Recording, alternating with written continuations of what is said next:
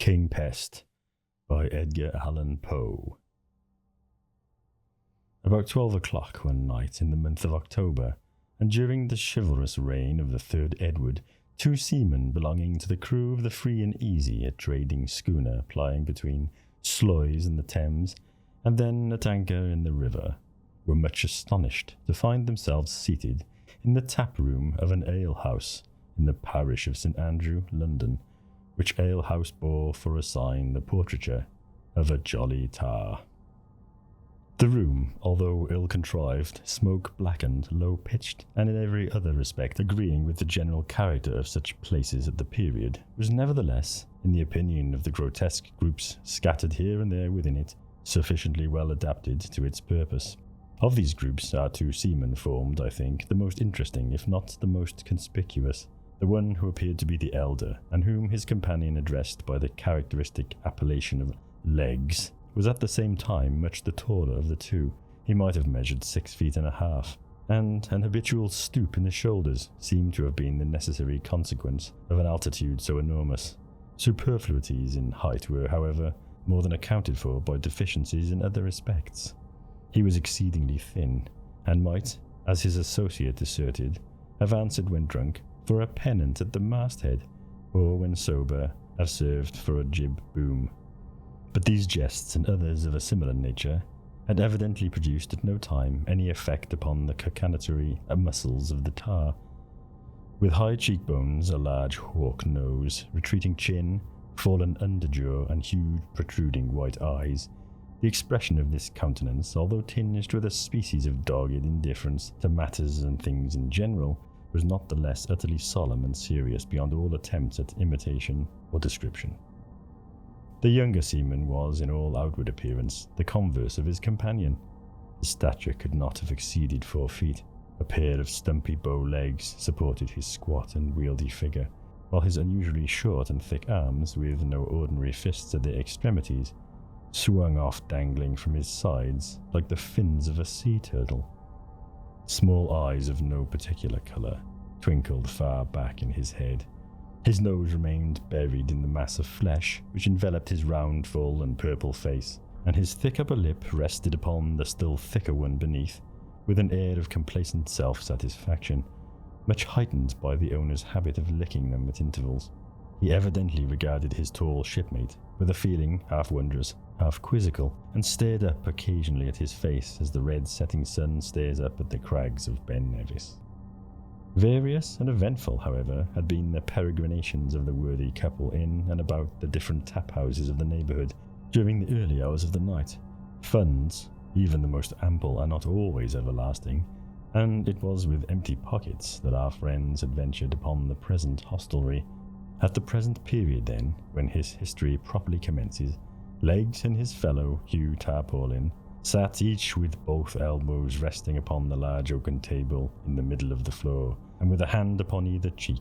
They were eyeing from behind a huge flagon of unpaid-for humming stuff the portentous words "No Chalk," which, to their indignation and astonishment, were scored over the doorway by means of that very mineral whose presence they purported to deny. Not that the gift of deciphering written characters, a gift among the commonalty of the day considered little less cabalistic than the art of inditing, could in strict justice have been laid in the charge of either disciple of the sea.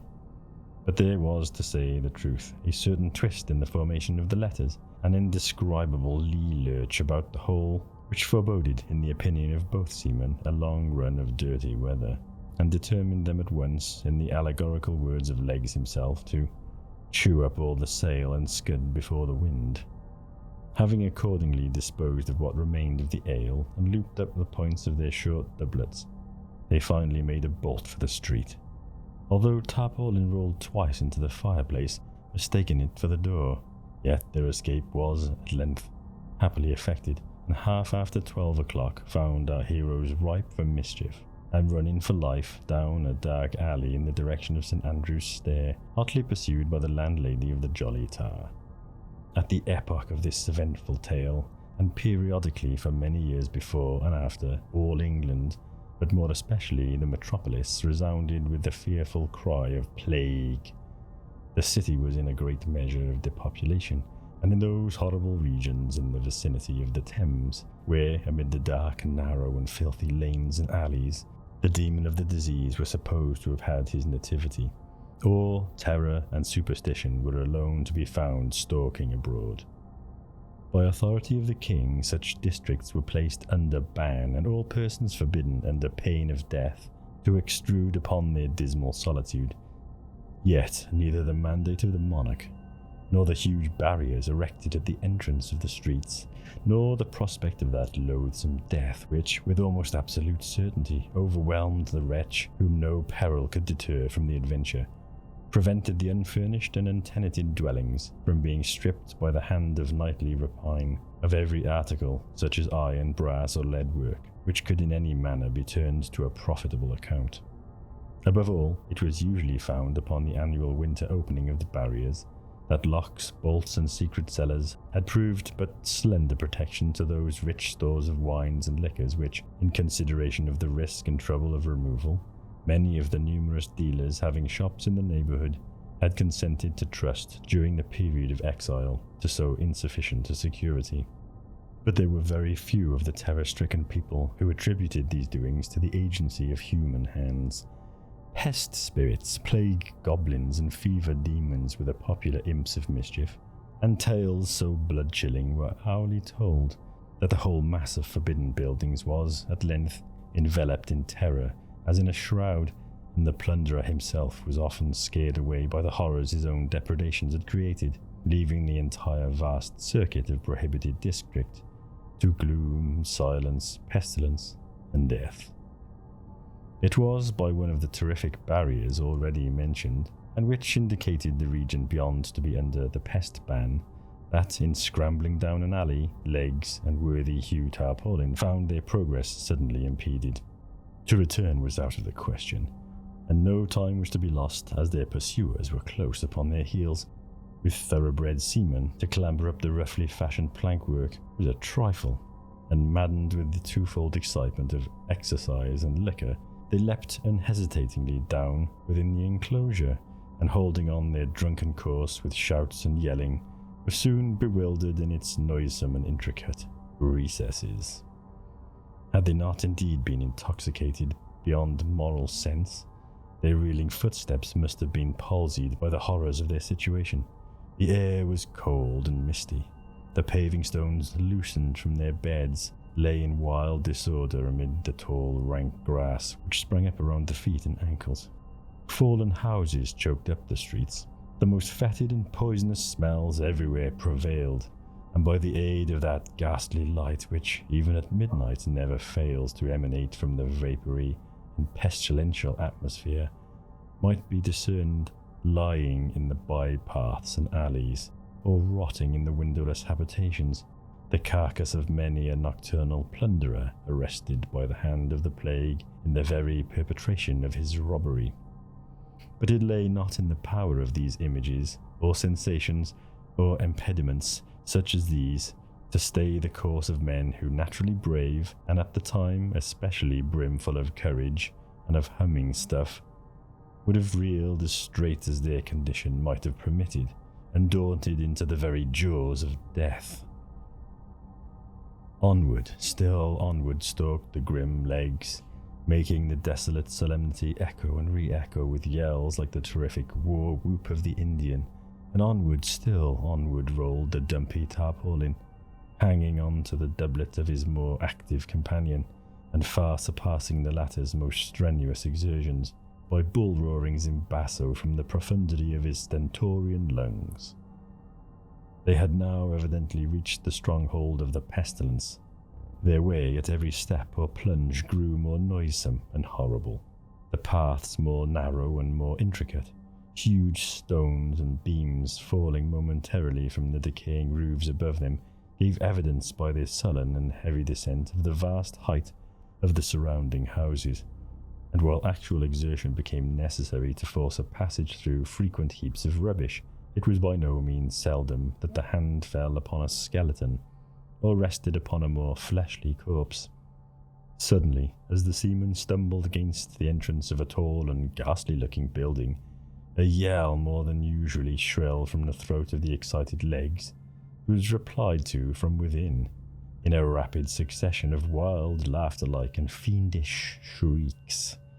Nothing daunted at sounds which, of such a nature, at such a time, and in such a place, might have curdled the very blood in hearts less irrevocably on fire, the drunken couple rushed headlong against the door, burst it open, and staggered into the midst of things with a volley of curses. The room within which they found themselves proved to be the shop of an undertaker, but an open trapdoor in the corner of the floor near the entrance looked down upon a long range of wine cellars, whose depths the occasional sound of burst bottles proclaimed to be well stored with their appropriate contents. In the middle of the room stood a table, in the centre of which again rose a huge tub of what appeared to be punch. Bottles of various wines and cordials, together with jugs, pitchers, and flagons of every shape and quality, were scattered profusely upon the board. Around it, upon coffin trestles, was seated a company of 6. This company I will endeavour to delineate one by one.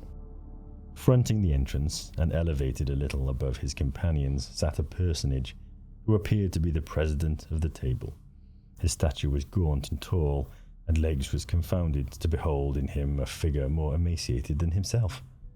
His face was as yellow as saffron, but no feature excepting one alone was sufficiently marked to merit a particular description. This one consisted in a forehead so unusually and hideously lofty as to have the appearance of a bonnet or crown of flesh superadded upon the natural head. His mouth was puckered and dimpled into the expression of ghastly affability, and his eyes, as indeed the eyes of all at the table, were glazed over with the fumes of intoxication. This gentleman was clothed from head to foot in a richly embroidered black silk velvet pall, wrapped negligently around his form after the fashion of a Spanish cloak. His head was stuck full of sable hearse plumes, which he nodded to and fro with a jaunty and knowing air, and in his right hand he held a huge human thigh bone, with which he appeared to have been just knocking down some member of the company for a song.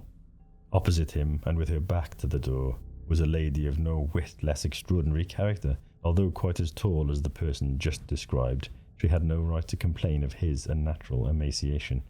She was evidently in the last stage of dropsy, and her figure resembled nearly that of a huge puncheon of October beer, which stood with the head driven in close by her side in a corner of the chamber. Her face was exceedingly round, red, and full, and the same peculiarity, or rather want of peculiarity, attached itself to her countenance, which I before mentioned in the case of the president.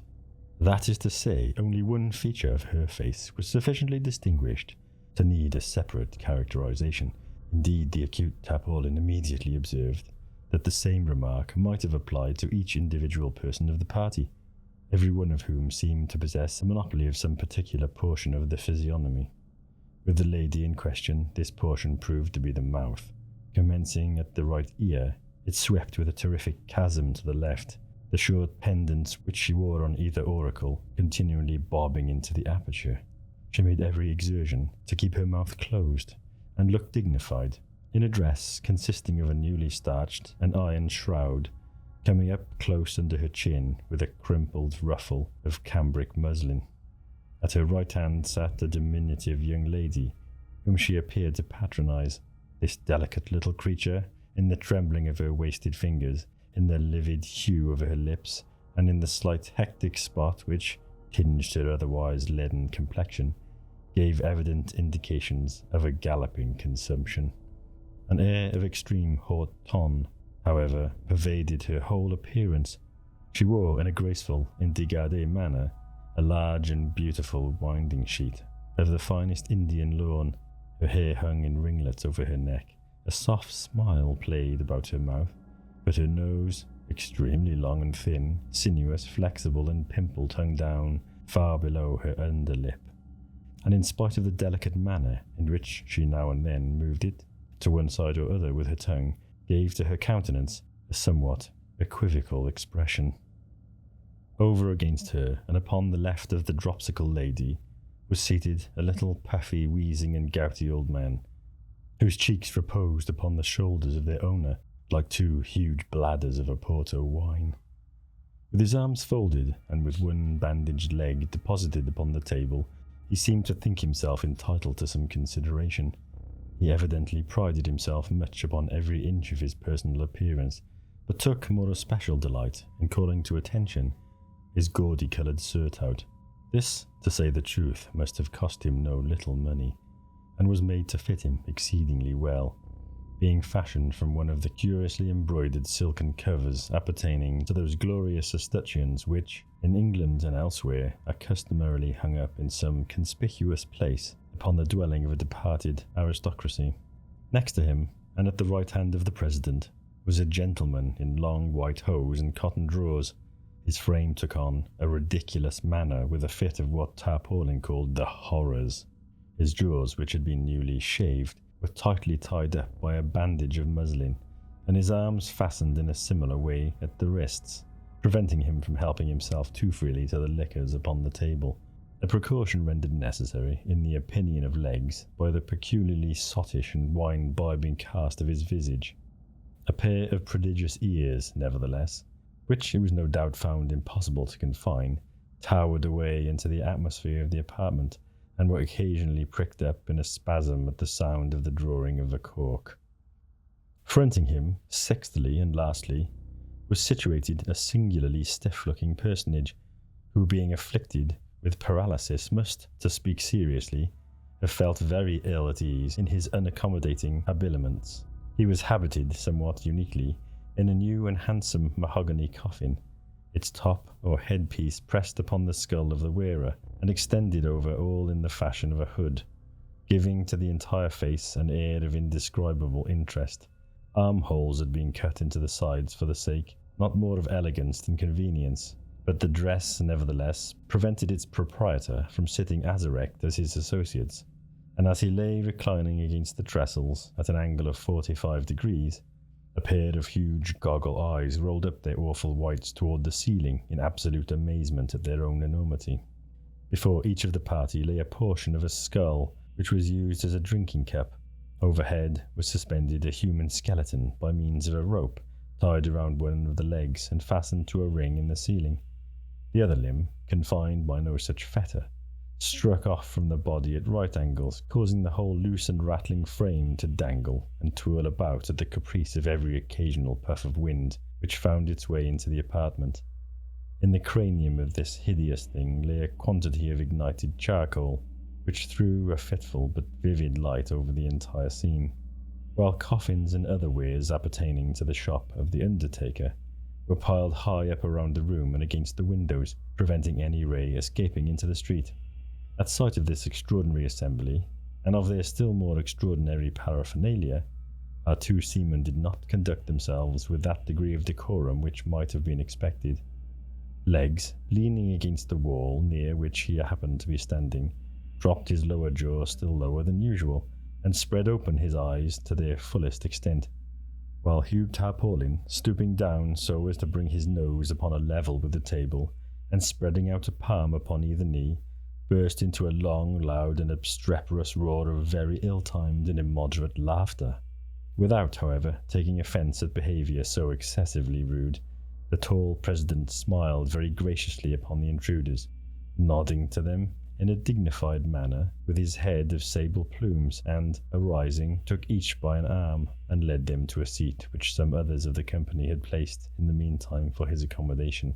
Leggs to all this offered not the least resistance, but sat down as he was directed, while the gallant Hugh, removing his coffin trestle from its station near the head of the table to the vicinity of the little consumptive lady in the winding sheet, plumped down by her side in high glee, and pouring out a scull of red wine, quaffed it to their better acquaintance. But at this presumption the stiff gentleman in the coffin seemed exceedingly nettled, and serious consequences might have ensued had not the president, rapping upon the table with his truncheon, diverted the attention of all present to the following speech. "It becomes our duty upon the present happy occasion—" "Avast there," interrupted Leggs, looking very serious. "Avast there a bit, I say, and tell us who the devil you all are, and what business you have, rigged off like the foul fiends, and swilling the snug blue ruin stowed away for the winter by my honest shipmate, Will Wimble the undertaker." At this unpardonable piece of ill-breeding, all the original company half started to their feet and uttered the same rapid succession of wild, fiendish shrieks which had before caught the attention of the seaman. The president, however, was the first to recover his composure, and at length returning to legs, with great dignity, recommenced. "Most willingly will we gratify any reasonable curiosity on the part of guests so illustrious, unbidden though they be. Know then that in these dominions I am monarch, and here rule with undivided empire under the title of King Pest the First. This apartment, which you no doubt profanely suppose to be the shop of Will Wimble, the undertaker, a man who we know not, and whose plebeian appellation has never before this night thwarted our royal ears, this apartment, I say, is the dias chamber of our palace, devoted to the councils of our kingdom, and to other sacred and lofty purposes. The noble lady who sits opposite is Queen Pest, our serene consort. The other exalted patronages whom you behold are all of our family, and wear the insignia of the blood royal under the respective titles of His Grace, the Archduke Pestiferous, His Grace the Duke Pestilential, His Grace the Duke Tempest, and Her Serene Highness the Archduchess Anna Pest. As regards," continued he, "your demand of the business upon which we sit here in council, we might be pardoned for replying that it concerns alone our private and regal interest, and is in no manner important to any other than ourselves. But in consideration of those rights to which, as guests and strangers, you may feel yourselves entitled, we will furthermore explain that we are here this night, prepared by deep research and accurate investigation, to examine and analyze and thoroughly determine the indefinable spirit and incomprehensible qualities and nature of those inestimable treasures of the palate, the wines, ales, and liqueurs of the goodly metropolis. By so doing, to advance not more our own designs than the true welfare of that unearthly sovereign whose reign is over us all, whose dominions are unlimited, and whose name is Death." "Whose name is Davy Jones," ejaculated Tarpaulin, helping the lady by his side to a scull of liqueur and pouring out a second for himself. "Profane varlet," said the president, now turning his attention to the worthy Hugh. "Profane and execrable wretch! We have said that in consideration of those rights which, even in thy filthy person, we feel no inclination to violate, we have conceded to make reply to thy rude and unreasonable inquiries. We nevertheless, for your unhallowed intrusion upon our counsels, believe in our duty to mulch thee and thy companion each in a gallon of blackstrap, having imbibed which to the prosperity of our kingdom, at a single draught, and upon your bended knees, ye shall be forthwith free either to proceed upon your way, or remain and be admitted to the privileges of our table, according to your respective and individual pleasure." "It would be a matter of utter irresponsibility," replied Leggs, whom the assumptions and dignity of King Pest the First had evidently inspired with some feelings of respect, and who arose and steadied himself by the table as he spoke. "It would, please your majesty, be a matter of utter impossibility to stow away in my hold even 1/4 part of that same liquor which your majesty has just mentioned, to say nothing of the stuffs placed on board in the forenoon by way of ballast, and not to mention the various ales and liqueurs shipped this evening at various seaports. I have at present a full cargo of humming stuff, taken in and duty paid for at the sign of the Jolly Tar. You will therefore please your majesty to be so good as to take the will of the deed, for by no manner of means either can I or will I swallow another drop, least of all a drop of that villainous bilge water that answers to the name of blackstrap." "Belay that," interrupted Tarpaulin, astonished not more at the length of his companion's speech than at the nature of his refusal. "Belay that, you lubber. And I say, Legs, None of your palaver. My hull is still light, although I confess you yourself seem to be a little top-heavy. And as far as the matter of your share of the cargo, why, rather than raise a squall, I would find stowage room for it myself. But this proceeding, interposed the President, is by no means in accordance with the terms of the mulct, or sentence, which is in its nature a median, and not to be altered or recalled. The conditions we have imposed must be fulfilled to the letter, and that without a moment's hesitation. In failure of which fulfillment, we decree that you do here be tied neck and heels together, and duly drowned as rebels in yon hogshead of October beer. A sentence, a righteous and just sentence, a glorious decree, a most worthy and upright and holy condemnation, spouted the Pest family altogether. The king elevated his forehead into the innumerable wrinkles. The gouty old man puffed like a pair of bellows. The lady with the winding sheet waved her nose to and fro. The gentleman in the cotton drawers pricked up his ears. She of the shroud gasped like a dying fish, and he of the coffin looked stiff and rolled up his eyes.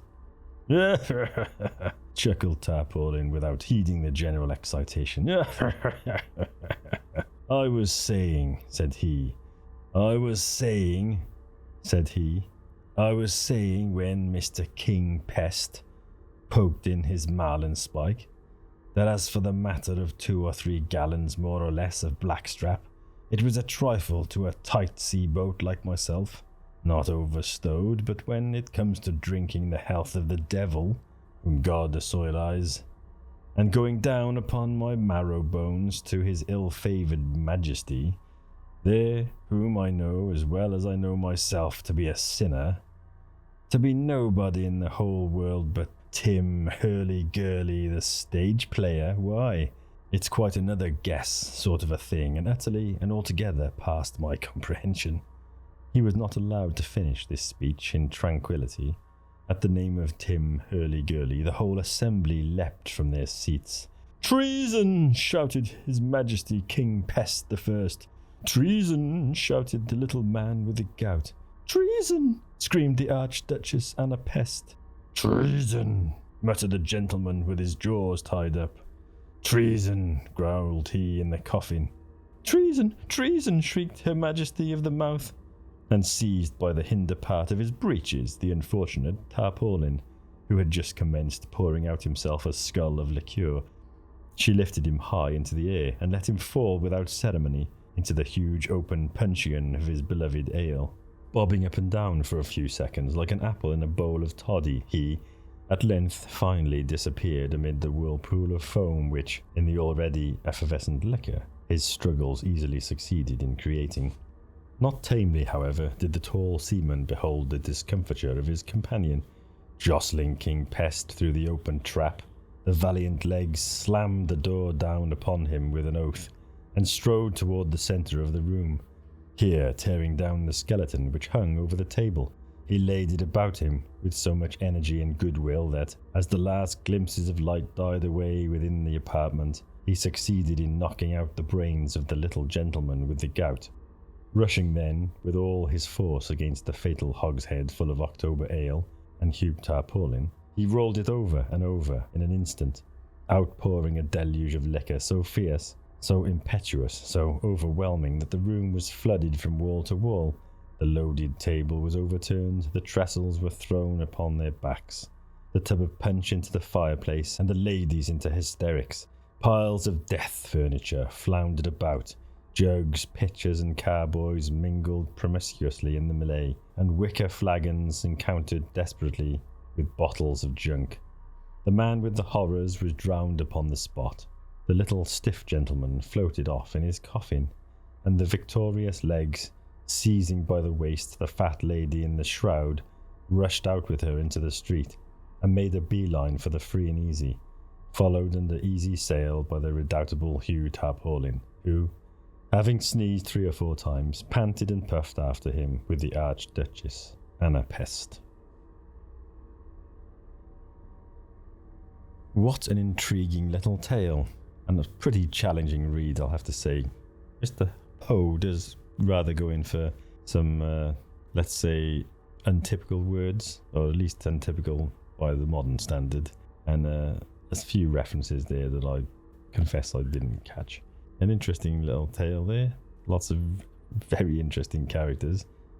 Pretty surreal might be the right word, but maybe this was written before the term surreal was invented, I guess. If this was ever to be filmed, it would have to be directed by Terry Gilliam. It's just totally got his vibe about it, or maybe rather he's drawn inspiration for the type of vibe that he puts into his movies from the writings of Mr. Poe. Yeah, pretty enjoyable little story, that. I hope you enjoyed it, and if you did, yeah, just please hit the like and subscribe buttons, and I will see you in the next one.